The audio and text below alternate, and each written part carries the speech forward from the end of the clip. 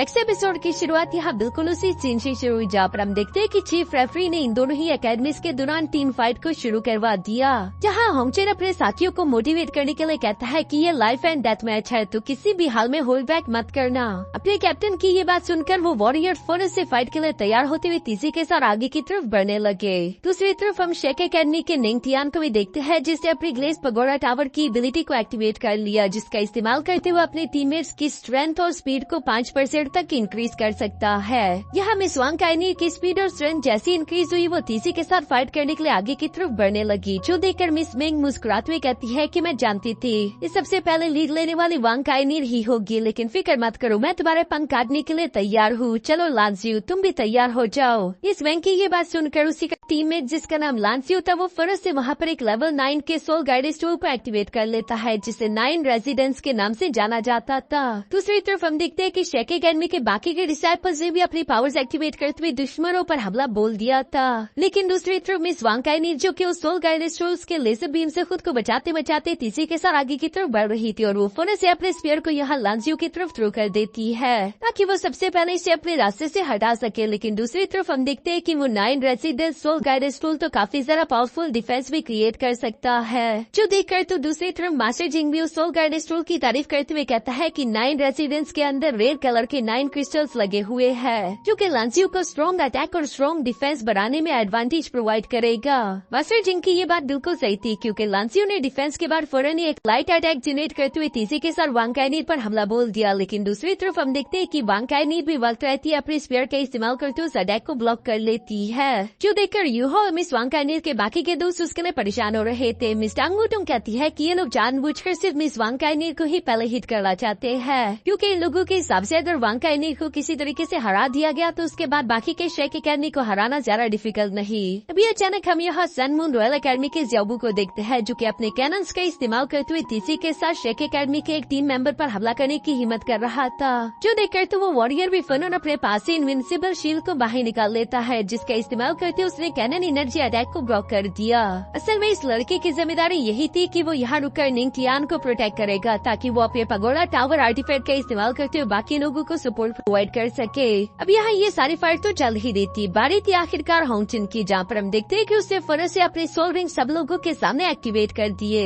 जहाँ उसके 7 soul rings को देखकर तो सबके सभी हैरान हो जाते हैं। किसी को भी यकीन नहीं आ रहा था कि होंगचेन फुल सेंट लेवल पर कब पहुँच गया। इवन की मिस यावी भी अपने मन में कह रही थी कि शेक एकेडमी की पूरी हिस्ट्री में सीग और टांगसेंग और साथ ही साथ कुछ गिने चुने वॉरियर्स के अलावा कोई भी सिर्फ 10 साल के अंदर सोल सेंट लेवल पर नहीं पहुँच पाया था। यहाँ दूसरी तरफ अरीना में हम देखते हैं कि शेक एकेडमी की वो दोनों ट्विन सिस्टर्स अपने सोल फ्यूजन टेक्निक का इस्तेमाल करते हुए खुद को बालों को किसी तरह से भी इस्तेमाल कर सकती है, जिन्हें वो वेपन की तरह यूज करते हुए यहाँ मिस मिंग पर हमला कर रही थी ताकि वो वांग काइनी से दूर रहे। लेकिन मिस मिंग यहाँ पर अपने भाई को आवाज देते हुए कहती है कि होंगचेन चलो अब तुम्हारी बारी, जो सुनकर होंगचेन मुस्कुराते हुए कहता है कि वांग काइनी असल में बलि का बकरा तुम हो, हम तुम्हारे शिकार किसी भी हाल में करके रहेंगे। जो कहती होंगचेन अपने मल्टी सोल गाइडेंस कैनन्स का इस्तेमाल करते हुए फौरन से वांग काइनी पर हमला करने की कोशिश करी, जो देखकर दूसरी तरफ वो ट्विन सिस्टर भी यहाँ पर मिस मिंग को छोड़ते हुए फौरन से अपने फ्यूजन स्किल का इस्तेमाल करते हुए होंगचेन के उन अटैक्स को ब्लॉक करने लगे ताकि वो वांग काइनी को बचा सके।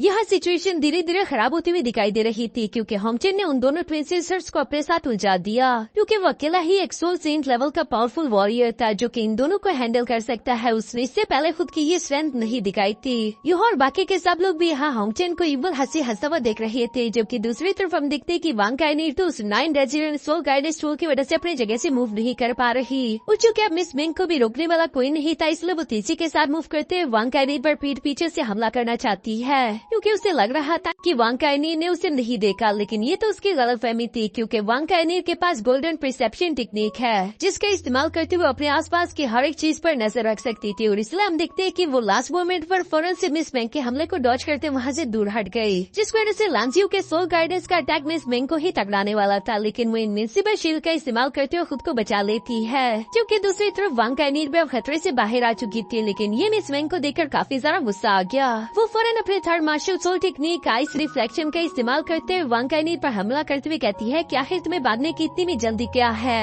यहाँ उसकी ये कहती है, अचानक से हम देखते हैं कि वांग काइनी भी उसकी जान में फैल चुकी थी, जहाँ पर हम देखते हैं कि मिस वांग काइनी के चारों तरफ एक आइस डोमेन क्रिएट हो जाती है, जहाँ जमीन से आइस से बने हुए कुछ मिनरल्स भी निकल कर बाहर आ जाते हैं। हम देखते हैं कि मिस मिंग ने इन मिरर्स को किसी टेलीपोर्टेशन पोर्टल की तरह इस्तेमाल करने लगी। मिस वांग काइनेर को तो समझ ही नहीं आ रहा था कि आखिर अगला हमला कहाँ से होगा, क्योंकि मिस मैंग की रिफ्लेक्शन हर एक मिरर में दिखाई दे रही है। मिस वांग काइनेर तो यहाँ पे गोल्डन स्फीयर का इस्तेमाल करते उन मिरर्स को तोड़ने की कोशिश कर रही थी, जबकि दूसरी तरफ मिस मैंग की रफ्तार भी अब पहले से काफी ज्यादा तेज हो चुकी है, क्योंकि मिस मैंग इस आइस रिफ्लेक्शन डोमेन में आसानी से मूव जो कर सकती थी। जबकि सिर्फ यही नहीं बल्कि हम देखते हैं कि लांसियो ने मिस वांग काइनेर के और ज्यादा मुश्किलें बढ़ा दी, क्योंकि वो अपने 9 रेजिडेंट सोल गाइडेंस टूल्स के अरे को भी वहाँ पर भेज देता है, जो कि उन मिरर से टकराते हुए लगातार वहाँ पर यूं ही मूव करते रहे। मिस वांग काइनेर को काफी तेजी के साथ मूव करना पड़ रहा था, क्योंकि अगर उससे एक छोटी सी भी गलती हुई तो वो किसी भी अटैक से जाकर टकरा सकती थी। जबकि साथ ही साथ वहाँ पर मिस मैंग भी तो मौजूद है, इसलिए हम देखते हैं कि वांग काइनेर को बहुत ही ज्यादा गुस्सा आ गया। वो फौरन अपने golden dragon blood thirst sponge का इस्तेमाल करते उन लेजर बीम्स को तो वहीं पर डिस्ट्रॉय कर देती है, जिसकी वजह से अब पीछे की तरफ सिर्फ मिस मैंग रह चुकी थी और मिस मैंग लगातार यूं ही तेजी के साथ मूव करते वांग काइनेर को बराबर की टक्कर दे रही है, जो सब ऊपर से इविल सोल चर्च का लीडर भी देख रहा था। इसलिए वो यहाँ पर मास्टर जिंग की तारीफ करते हुए कहता है कि मानना पड़ेगा कि तुम्हारा ग्रैंडसन और तुम्हारी ग्रैंड डॉटर दोनों ही कमाल के हैं। इन दोनों ने तो मुझे इम्प्रेस कर दिया। जिस पर क्राउन प्रिंस जवाब देते हुए कहता है कि हाँ बिल्कुल, लेकिन उम्मीद करता हूँ कि ये लोग आखिर तक टिक पाए, क्योंकि शेक एकेडमी पिछले हजारों साल से कभी भी सोल फाइटिंग कंपटीशन नहीं हारा।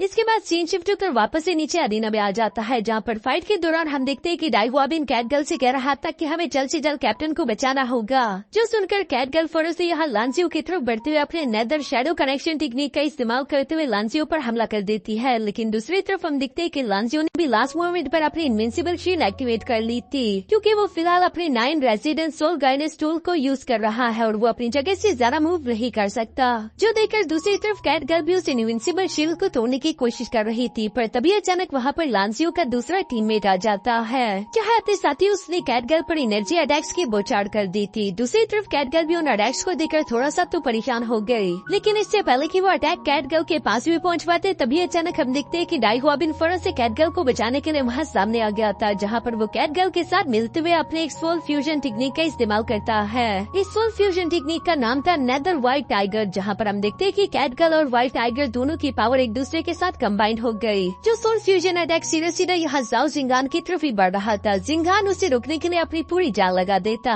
है, लेकिन फिर भी वो इस अटैक को ब्लॉक नहीं कर पाता और इसी अटैक की वजह से हम देखते हैं कि जिंगान उड़ता उड़ता बेहोश होकर जमीन पर जा गिरा। जिंगान के हारे जाने की वजह से अब यहाँ सनमून रॉयल एकेडमी का एक और डिसेबल भी कम हो चुका था। मिस मैंग जानती थी कि उसे जल्द से जल्द इस फाइट को खत्म करना है, इसलिए हम देखते हैं कि वो अब खुद को होल्ड बैक नहीं करती, बल्कि उसने फौरन से अपने 6 martial soul skills corrosive vice technique का इस्तेमाल करने शुरू कर दिया। जिस कोरोसिव वाइस को देखकर तो मास्टर जिंग भी अपने मन में कहते हैं कि इस आइस के अंदर एक बहुत ही खतरनाक पॉइजन है, जिसका इस्तेमाल करते हुए मिस जिंग किसी बड़े से बड़े सोल बीस्ट यानी कि डायमंड मेहमद तक को पैरालाइज कर सकती है। और सिर्फ यही नहीं बल्कि दूसरी तरफ हम देखते हैं कि लांसियो ने भी अपने 9 रेजिडेंट्स के सारे क्रिस्टल्स की पावर एक साथ कंबाइन करते हुए एक बहुत ही ज्यादा पावरफुल अटैक रेडी कर लिया है। मिस वांग काइनेर देख पा रही थी कि उसकी तरफ 2 बहुत ही ज्यादा डेंजरस अटैक चलते हुए आ रहे थे और उसे किसी तरह भी इन अटैक से बचना होगा, वरना शेक एकेडमी हारी जाएगी। दूसरी तरफ मिस यावी भी अपने मन में यही कह रही थी कि वांग काइनेर तुम्हें सर्वाइव करना होगा, क्योंकि तुम ही शेक एकेडमी की टीम सोल हो,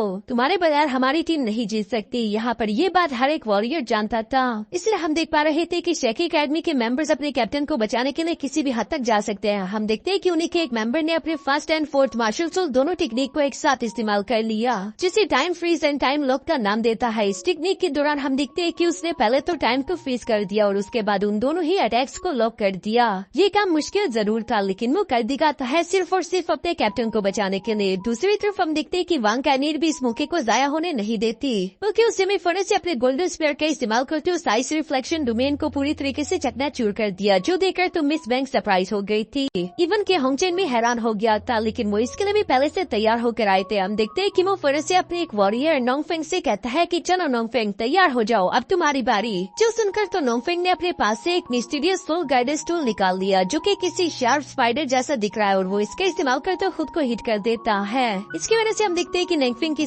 सारी सोल पावर इकट्ठा होते हुए ग्रीन एनर्जी में कन्वर्ट होना शुरू हो गई थी, जिसका मतलब कि वो वांग काइनेर पर कोई पावरफुल अटैक चलने वाला है। लेकिन दूसरी तरफ हम देखते हैं कि वांग काइनेर भी अपने गोल्डन स्पीयर अटैक रेडी करते हुए तेजी के साथ मिस मैंग पर हमला करने वाली है, जिसके बारे में मिस मैंग को अंदाजा नहीं था। होंगजिन उसे होशियार होने के लिए बोलता है, लेकिन तब तक मिस मैंग के लिए काफी ज्यादा देर हो चुकी थी, क्योंकि वांग काइनेर ने अपने गोल्डन स्पीयर अटैक फौरन से मिस मैंग पर चल दिया था। लेकिन तभी अचानक हम देखते हैं कि लान वो तेजी के साथ जंप करते उस अटैक को खुद की ही बॉडी पर ले लेता है ताकि वो मिस बैंक को बचा सके। ये सब कुछ बहुत ही तेजी के साथ हुआ। इवन के अब यहाँ वांग काइनीर के पास भी खुद को बचाने का समय नहीं बचा था क्योंकि नोंगफेंग का भी वो एनर्जी अटैक रेडी हो चुका है जिसका इस्तेमाल करते वो तेजी के साथ वांग काइनीर पर हमला कर चुका। इवन की मिस वांग काइनीर को भी एहसास हो गया था कि वो हार जा चुकी है। लेकिन लास्ट मोमेंट पर हम देखते हैं कि डाई हुआबिन तेजी के साथ जंप करते हुए मिस वांग काइनीर को सामने से हटाकर खुद उस लेजर बीम के सामने आ गया जिसकी उम्मीद तो किसी ने भी नहीं की थी। सब लोग ये देखकर काफी ज्यादा हैरान हो चुके हैं। एडगल भी यहाँ इस अटैक से डाई हुआबिन को टकराता हुआ देखकर जोर से उसका नाम चिल्लाती है और इस अटैक की वजह से हम देखते हैं कि डाई हुआबिन की एज काफी ज्यादा तेजी के साथ बढ़ चुकी थी। वो बुरा हो गया है। जो काम सन मून रॉयल एकेडमी हम इस वांग काइनीर के साथ करना चाहती थी। केटो गुस्सा होते हुए कहते हैं कि इन लोगों ने इंस्टेंटली एजिंग टेक्निक का इस्तेमाल किया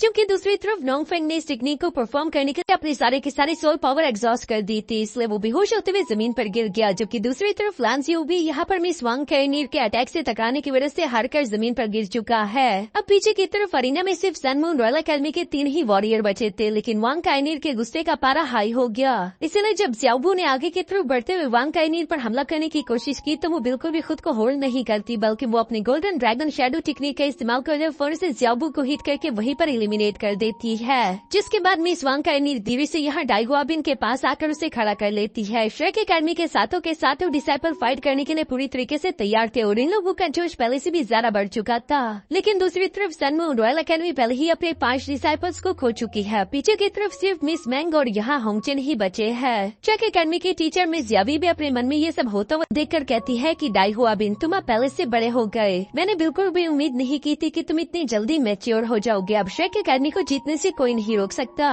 लेकिन दूसरी तरफ मिस मैंग और होंगचेन को तो बिल्कुल भी ऐसा नहीं लग रहा था। उल्टा होंगचेन खुश होते हुए कहता है कि चलो अच्छा हुआ हमारे बाकी के टीममेट्स हार गए क्योंकि अब हम अपनी स्पेशल टेक्निक का इस्तेमाल कर सकते हैं, वो भी बिना किसी हेजिटेशन के, क्योंकि इस टेक्निक की वजह से अरीना में मौजूद हर एक डिसाइपल हिट होगा। जिसके हम देखते हैं कि इन दोनों भाई बहनों ने अपने यिन यांग टॉर्च की पावर्स को कंबाइन करते हुए सोल फ्यूजन क्रिएट करना शुरू कर दिया जिसे ये लोग रेड डस्ट इफेक्शन का नाम देते हैं। इस सोल फ्यूजन टेक्निक की वजह से अरीना में एक गोल्डन कलर का टॉर्ड आ गया था जिसका ऑरा बहुत ही ज्यादा टेरिफाइंग है और इस टॉर्ड में ये एबिलिटी थी कि ये इस पूरे के पूरे अरीना को लावा से भर दे, जिसे देखकर तो दूसरी तरफ यूहाओ भी अपने मन में कह रहा था कि इन दोनों का सोल फ्यूजन टेक्निक पहले से काफी ज्यादा स्ट्रॉन्ग हो गया। यहाँ नीचे की तरफ अरीना में हम देखते हैं कि इन लोगों ने उस लावा वेव का इस्तेमाल करते फौरन से शेक एकेडमी की टीम पर हमला करने की कोशिश करी, जो देखकर वांग काइनीर भी अपने गोल्डन स्फीयर का इस्तेमाल करते हुए खुद के और अपने साथियों के आसपास एक बैरियर शील्ड क्रिएट कर देती है। दूसरी तरफ उसके साथी अपने सोल पावर्स को मिस वांग काइनीर के साथ शेयर कर रहे थे ताकि वो इस बैरियर को ज्यादा से ज्यादा मेंटेन रख सके और इन लोगों को इस लावा वेव से ज्यादा इफेक्ट ना हो। लेकिन दूसरी तरफ ये सोल फ्यूजन वाला लावा अटैक तो काफी ज्यादा अजीब था क्योंकि इसमें फ्रीजिंग एबिलिटी भी थी जिसे मिस बैंक कंट्रोल कर रही है। होंगचेन यहाँ आखिरी दफा वांग काइनीर को वार्निंग देते हुए कहता है कि ये तुम्हारा लास्ट चांस है, हार मान लो, क्योंकि मैं नहीं चाहता कि तुम और तुम्हारे सारे टीममेट्स हम दोनों भाई बहनों के हाथों मारे जाए। जिस पर वांग काइनीर गुस्सा होकर जवाब देते हुए कहती है कि नहीं, ये कभी नहीं होगा, हम कभी भी तुम्हारे सामने सरेंडर नहीं करेंगे। जो सुनकर दूसरी तरफ हम देखते हैं कि होंगचेन ने अपने लावा का इस्तेमाल करते हुए आखिरकार फिर इन पर हमला करना शुरू कर दिया, जो अटैक काफी ज्यादा डेंजरस हो सकते हैं। यहाँ पर मिस टांगू टम तो उसके लिए काफी ज्यादा परेशान हो रही थी, लेकिन यूहा उससे जवाब देते हुए कहता है कि फिक्र मत करो, हमें सिर्फ वांग काइनी पर भरोसा रखना होगा, यकीनन वो इस मुश्किल से भी निकल जाएगी। और दूसरी तरफ हम देखते हैं कि यहाँ होंगचेन के इस लावा अटैक की वजह से कैट गर्ल और डाई हुआबिन तो खुद को संभाल नहीं पाते, इसलिए चीफ रेफरी फौरन से उन दोनों को पकड़कर अरीना से बाहर ले गया क्योंकि वो दोनों इस अटैक की चपेट में आने वाले थे और इससे उन दोनों की मौत भी हो सकती थी, इसलिए ये दोनों तो पहले ही डिस्क्वालीफाई हो गए। सिर्फ मिस वांग काइनीर ही है जो कि होंगचेन के उस लावा अटैक को ब्लॉक करने के साथ साथ यहाँ मिस बैंक के साथ फाइट भी लड़ रही है, जबकि उसके बाकी के टीममेट्स ऐसा नहीं कर पाते, इसलिए रेफरी बारी बारी उन सबको बचाते हुए यहाँ अरीना से बाहर लेकर जाता गया, जिसके साथ साथ वो लोग एलिमिनेट भी होते रहे।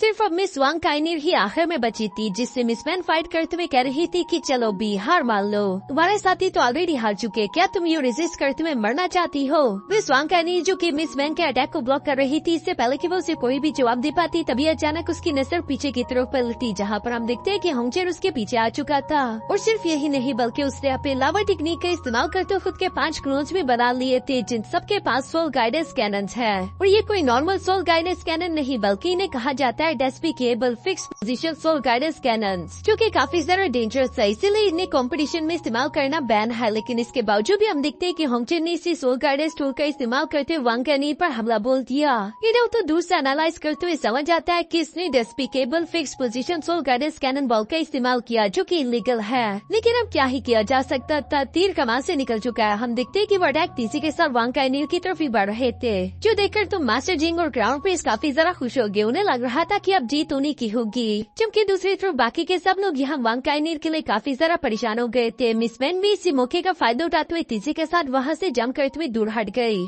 कि उसे इस ब्लास्ट की वजह से कोई डैमेज न हो। लेकिन तभी अचानक हम देखते हैं कि मिस वांग काइनीर ने अपने पास से एक न्यू सोल गाइडेंस टूल बाहर निकाल लिया, जो कि न सिर्फ उस अटैक को ब्लॉक करती है बल्कि साथ ही साथ हमें जानने को मिलता है कि इसका नाम है पीकॉक डांस आर्मर, जो कि मिस वांग काइनीर की बॉडी पर फिट हो जाता है। यहाँ पर मिस वांग काइनीर तो इस पीकॉक डांस आर्मर के साथ काफी ज्यादा कूल दिखाई दे रही थी और हमें जानने को मिलता है कि ये आर्मर यहाँ मिस वांग काइनीर को किसी और ने नहीं बल्कि यूहाओ ने दिया था। उस रात जब मिस वांग काइनीर जाने लगी थी तो यूहाओ ने उसे रोककर कहा था कि मैं जानता हूँ कि सन मून रॉयल एकेडमी जीतने के लिए किसी भी हद तक जा सकता है, इसलिए तुम्हें सावधानी के साथ चलना होगा। मैंने तुम्हारे लिए ये सोल गाइडेंस टूल बनाया जिसे पीकॉक डांस आर्मर कहते हैं, इसे ले लो। जिस पर मिस वांग काइनीर ने तो साफ साफ मना कर दिया कि नहीं, मुझे इसकी जरूरत नहीं पड़ेगी। जो सुनकर यूहाओ भी जवाब देते हुए कहता है कि मैं भी यही उम्मीद करता हूँ कि तुम्हें इसकी जरूरत ना पड़े। इसके बाद सीन शिफ्ट होकर वापस से प्रेजेंट में आ जाता है, जहाँ मिस वांग काइनीर अपनी पीकॉक डांस आर्मर को देखते हुए कह रही थी कि यूहाओ तुम्हारा एक एहसान मुझ पर रह गया, जबकि दूसरी तरफ यूहाओ भी यहाँ पर मिस वांग काइनीर को जिंदा सलामत देखकर काफी ज्यादा खुश हो जाता है। लेकिन मिस मैंग, होंगचेन, मास्टर जिंग और क्राउन प्रिंस को ये देखकर बहुत बड़ा झटका लगा। उन लोगों ने बिल्कुल भी इस बात की उम्मीद नहीं की थी, जबकि दूसरी तरफ वांग काइनीर के टीममेट्स भी काफी ज्यादा खुश दिखाई दे रहे थे। यहाँ पर मिस मैंग होंगचेन से कहती है कि ब्रदर, इसके पास एक और ट्रम्प कार्ड निकला, अब हम क्या करें? जिस पर होंगचेन तो कोई भी जवाब नहीं दे पा रहा था। दूसरी तरफ हम दिखते कि वांग काइनीर इस न्यू आर्मर के साथ तेजी के साथ इन दोनों पर ही हमला करने के लिए आगे की तरफ बढ़ने लगी, जो देखकर होंगचेन और मिस मैंग दोनों मिलकर अपनी जीत तोड़ कोशिश करना शुरू कर देते हैं। वो जितने ज्यादा अटैक्स हो सके यहाँ वांग काइनीर पर चलते जा रहे थे कि वो मिस वांग काइनीर को रोक सके, लेकिन दूसरी तरफ मिस वांग काइनीर उनमें से हर एक अटैक को डॉज करती हुई तेजी के साथ इन दोनों की तरफ आ रही है। इसलिए हम देखते हैं कि इन दोनों ने फौरन से अपनी डुअल टोर्नेडो टेक्निक का इस्तेमाल करते मिस वांग काइनीर का रास्ता रोक दिया, जहाँ होंगचेन मिस वांग काइनीर से कह रहा था कि मैं भी देखता हूँ कि आखिर तुम कितनी देर तक हमारे रेड डस्ट अफेक्शन टेक्निक्स को ब्लॉक करती रहती हो। जिस पर दूसरी तरफ मिस वांग काइनीर भी इस बार एटीट्यूड के साथ जवाब देते हुए कहती है कि तुम दोनों को हराने में मुझे अब 1 मिनट से और ज्यादा नहीं लगेगा।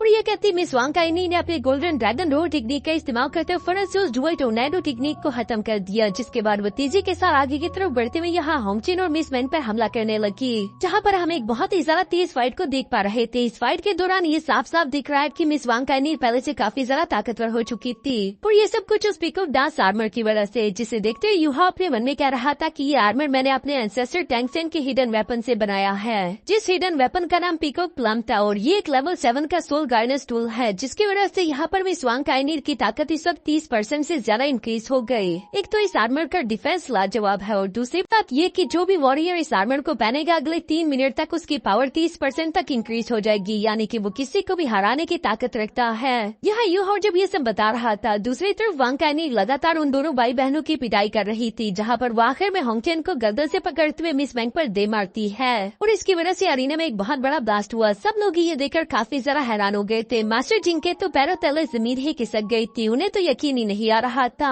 कि आखिर इस लड़की ने ये सब कैसे कर दिखाया। ये तो बिल्कुल इम्पॉसिबल है, ये हो ही नहीं सकता, क्योंकि उस लास्ट अटैक की वजह से होंगचेन और मिस मैंग दोनों ही बेहोश होकर जमीन पर गिर चुके थे, जबकि दूसरी तरफ 3 मिनट कंप्लीट होने की वजह से यहाँ पीकॉक डांस आर्मर भी धीरे धीरे होकर गायब होने लगा था। मिस वांग काइनीर इस वक्त काफी ज्यादा कूल दिखाई दे रही थी, जिसे देखकर तो सन मून रॉयल एकेडमी के सपोर्टर्स के भी मुंह खुले रह गए थे। दूसरी तरफ यूहाओ यहाँ पर मिस वांग काइनीर की तरफ देखते हुए कहता है कि बेशक मेरे पीकॉक डांस आर्मर ने काफी ज्यादा अच्छा रोल परफॉर्म किया, लेकिन इस जीत का सारा के सारा क्रेडिट मिस वांग काइनीर को जाता है, क्योंकि वो किसी भी हाल में हार नहीं मानना चाहती थी। उसके बेमिसाल पोटेंशियल की वजह से आज के दिन शेक एकेडमी इस मैच को जीत पाई, जबकि साथ ही साथ यूहाओ ने आखिरकार वो कर्ज भी अदा कर दिया। जब पिछली दफा वांग काइनीर यूहाओ के साथ सनसेट फॉरेस्ट गई थी, जहाँ पर उसने यूहाओ की जान भी बचाई थी। यहाँ दूसरी तरफ मिस वांग काइनीर की जीत पर टांगू टुंग भी काफी ज्यादा खुश होते हुए से शाबाश बोल रही थी, लेकिन सन मून एम्पायर के सपोर्टर बिल्कुल भी खुश दिखाई नहीं दे रहे थे, क्योंकि उनकी टीम एलिमिनेट जो हो गई है। इवन के ऊपर की तरफ क्राउन प्रिंस भी हैरान होते हुए अपने मन में यही सोच रहा था कि आखिर ये कैसे पॉसिबल है। ये लड़की एक सोल एम्पायर लेवल की वॉरियर है, पर इसने अकेले ही 2 लोगों को हरा दिया, जिनमें से एक सोल एम्पायर और एक सोल सेंट लेवल का वॉरियर था। उसे तो इस वक्त काफी ज्यादा गुस्सा आ रहा था, लेकिन वो खुद पर काबू रखते हुए यहाँ मिस ऑरेंज से कहता है कि इस वांग काइनीर के बारे में पता लगाओ कि आखिर इसका बैकग्राउंड क्या है और ये है कौन। जो सुनकर मिस ऑरेंज भी जवाब देते हुए कहती है कि ठीक है, जैसा आप चाहे। यहाँ कॉम्पिटिशन का दिन खत्म होने के बाद पर हम लोगों को रात का सीन दिखाया जाता है जहाँ पर यूहा और केटाओ दोनों मिलकर सोल गाइडेंस टूल कॉम्पिटिशन की तरफ बढ़ रहे थे। जहाँ रास्ते में चलते हुए केटाओ यूहा से कह रहा था कि क्राउन प्रिंस में बहुत सारी चालें चलने की कोशिश करे, लेकिन फिर भी वो लोग नाकामयाब हो गए। जिस पर यूहा जवाब देते हुए कहता है कि हाँ बेशक ऐसा हुआ, लेकिन मुझे पूरा यकीन है कि क्राउन प्रिंस इतनी आसानी के साथ शांत नहीं बैठेगा। वो जरूर कुछ न कुछ इससे भी इवल करने की कोशिश करेगा, इसलिए हमें आगे का हर एक कदम और भी जरा सावधानी के साथ चलना चाहिए। साथ ही साथ वो केटाओ को बताता है कि ऑलरेडी हम लोग अंडरग्राउंड सोल फाइटिंग कंपटीशन के टॉप 3 पर पहुंच चुके। एक बार हम इस टॉप 3 से जीत जाए, उसके बाद हमारा अगला फाइनल 2 अंडरग्राउंड फोर्सेस से होगा, जो फाइनल राउंड्स हमारे लिए इन्वेस्टिगेशन करने की सबसे बेस्ट अपॉर्चुनिटी होगी। यहाँ पर ये लोग इसी तरह से बातें करते उसी अंडरग्राउंड होटल में एक बार फिर से आ गए, जहाँ के होस्ट से पिछली बार यूहा ने कहा था कि मुझे कुछ रेयर मेटल्स चाहिए, जिनके इंतजाम के बारे में यूहा उससे सवाल करते हुए पूछता है कि बताओ तुमने उन रेयर मेटल्स का क्या किया। जिस पर वो होस्ट घबराते हुए जवाब देकर कहता है कि इस वक्त ये कंपटीशन का सीजन चल रहा है, इसलिए हायर अप्स काफी ज्यादा स्ट्रिक्ट है। हम लोगों को ज्यादा से ज्यादा रेयर मेटल्स की जरूरत है ताकि हम इस सोल गाइडेंस टूल कॉम्पिटिशन को जारी रख सके, इसीलिए मैं तुम्हारे डिमांड किए हुए रेयर मेटल्स का बंदोबस्त नहीं कर पाया। यूहा उसकी बात सुनकर गुस्से के साथ अचानक उसका हाथ पकड़ लेता है, जो देखकर तो वो होस्ट काफी ज्यादा घबरा चुका था, क्योंकि यूहा की बॉडी से कुछ एनर्जी निकलते उसकी बॉडी की तरफ जा रही थी। शुरू में उसे लगा कि शायद यूहा मुझे चोट पहुंचाना चाहेगा, लेकिन जब थोड़ी देर बाद वो खुद के हाथ की तरफ देखता है तो वो हैरान होकर कह रहा था कि अचानक से मेरी सोल पावर इंक्रीज कैसे हो गई। दूसरी तरफ यूहा वहाँ से जाते में कहता है कि ये तो कुछ भी नहीं, अगर तुम मेरी डिमांड्स को पूरा कर दो तो मैं तुम्हें 5 रिंग से 6 सोल रिंग तक पहुंचा दूंगा। ये सुनकर तो उस होस्ट की खुशी का ठिकाना ही नहीं रहता और वो यूहा से कहता है कि माय लॉर्ड आप भी फिक्र ना करें, आपको जो चाहिए मैं वो आपके लिए जल्द से जल्द प्रोवाइड करा दूंगा। जो सुनकर तो यूहा भी खुश हो जाता है, क्योंकि वो जानता था कि ये आदमी बहुत ही ज्यादा लालची है। मैंने बस सिर्फ थोड़ी सी अपनी एक्सट्रीम आइस एनर्जी रिफाइन करके इसकी बॉडी में ट्रांसफर क्या कर दी, इतना जरा खुश हो गया। अब ये किसी भी हाल में मेरा काम पूरा करेगा। इसके बाद हम देखते हैं कि वो होस्ट तो यहाँ यूहा की गुलामी ही करने शुरू हो जाता है, जहाँ वो यूहा को इस राउंड के रूल्स के बारे में बता रहा था कि इस राउंड में आपको पूरे 5 घंटे मिलेंगे, जिसमें आप जितने चाहे उतने सोल गाइडेंस रूल्स बना सकते हैं और बाकी के रूल्स बिल्कुल सेम रहेंगे। इसके अलावा इस राउंड के विनर को एक लेवल 9 का सोल गाइडेंस टूल दिया जाएगा, जो सुनकर तो दूसरी तरफ केटा और यूहा दोनों ही एक्साइटेड हो गए, क्योंकि लेवल 9 का सोल गाइडेंस टूल बहुत ही ज्यादा कीमती हो सकता है। लेकिन दूसरी तरफ वो होस्ट यूहा को बता रहा था कि मेरे बालक, आपको इस वक्त सिर्फ 2 ही वॉरियर्स की थोड़ी बहुत फिक्र करनी होगी, जिनमें से एक है 96 और दूसरा है 98, क्योंकि इन दोनों के पास ही बेहतरीन कार्विंग नाइफ्स है। एक के पास blood thirsty cloud demon blade है, जो कि रैंक 63 का कार्विंग नाइफ है, जबकि दूसरे वॉरियर के पास भी एक डार्क अज़ूरा ड्रैगन ब्लेड 59 रैंक का एक कार्विंग नाइफ है। ये सारी इन्फॉर्मेशन सुनकर यूहा उससे कहता है कि शाबाश, तुमने काफी अच्छा काम किया। दूसरी तरफ वो होस्ट भी खुश होते हुए कहता है कि शुक्रिया मेरे मालिक। इसके बाद हम देखते हैं कि दूसरी तरफ रेफरी ने भी यहाँ पर कॉम्पिटिशन को शुरू करने के लिए उन 6 वॉरियर्स को अरीना के थ्रू बुलाना शुरू कर दिया, जो कि सोल गाइडेंस मास्टर्स थे। वो इन सब लोगों के नंबर लेते हुए बताता है कि सबसे पहले मैं बुलाना चाहूंगा soul guidance master number 37 and 85 को, जो कि दोनों ही लेवल 5 के सोल गाइडेंस मास्टर है। दूसरी तरफ यूहा ये सब देख रहा था, जिन्हें देखते हुए यूहा अपने मन में कह रहा था कि टॉप 6 वॉरियर में से ये दोनों सबसे ज्यादा कमजोर हैं। मैं उन बाकी के दोनों पावरफुल वॉरियर्स को देखना चाहता हूँ। यहाँ पर यूहा जब ये सब सोच रहा था तभी अचानक रेफरी ने उसका नंबर ले लिया, नंबर 66, जिसकी तारीफ करते हुए रेफरी कहता है कि सोल गाइडेंस मास्टर नंबर 66 बेशक ये पैरालाइज है, लेकिन फिर भी इस आदमी को कमजोर समझने की गलती मत करना, क्योंकि इसने पिछले मैचेस में काफी अच्छा परफॉर्म किया। तुम लोग भी इसे देखकर सरप्राइज हो जाओगे। इसके साथ साथ रेफरी यहाँ पर केटाओ को भी बुलाने के लिए उसका नंबर 88 अनाउंस कर देता है, जिसके बाद आखिरी बारी थी यहाँ पर सोल मास्टर नंबर 98 और 96 की, जो दोनों ही लेवल 6 के सोल गाइडेंस मास्टर थे। और अब तक ऐसा कहा जा रहा था कि इन दोनों के सोल गाइडेंस रूल्स कमाल के थे। इसके बाद यहाँ लॉटरी का इस्तेमाल किया जाता है ताकि पता लग सके कि कौन सा वॉरियर किसके खिलाफ फाइट करेगा,